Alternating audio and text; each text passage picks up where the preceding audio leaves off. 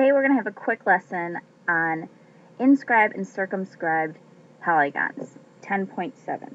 We're going to start with a few definitions. We're going to talk about inscribed versus circumscribed. If you have an inscribed polygon, it's a polygon that is inside of a circle, where you can see all the vertices like directly on the outside.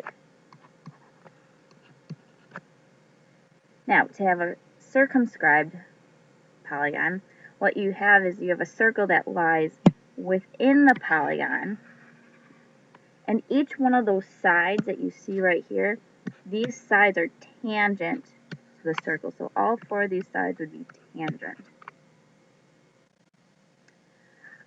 A circumcenter of a polygon refers to the center if the polygon lies within the circle, if it's inscribed in the circle.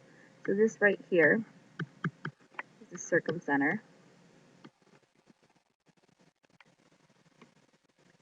while in center of a polygon refers if the circle is inscribed and the polygon is circumscribed. So this right here would be the in center of the polygon.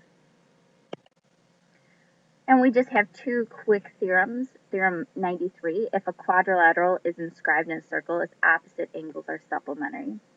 And theorem 94, if a parallelogram is inscribed in a circle, it must be a rectangle. Let's take a look at theorem 93 real quick.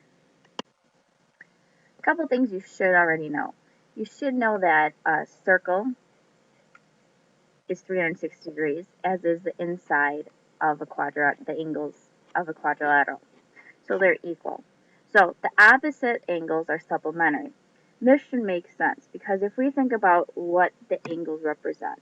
So if I take this angle right here, you'll notice that it covers from this to that point, one vertex to the other. And you know that that angle at that vertex is half of this outside. So if we call this x, you know that would be half x. And then if you think about what's left over out here, that comes from this angle. If that's y, this is half y. And you'll see that those are opposite angles. You know that x plus y equals 360. So if I have half x plus half y, you know that would have to be 180 degrees. So they would be supplementary to each other. And finally, the last theorem. Let's say that we have a polygon inscribed in a circle. What you'll notice is that the diagonals of this polygon go through the center. Therefore, this has to be 180 degrees, therefore making this 90. The same can be said with all four angles. Since x is the center, and so all these are radii, that means that these have to be congruent, which will be enough to prove the polygon a rectangle.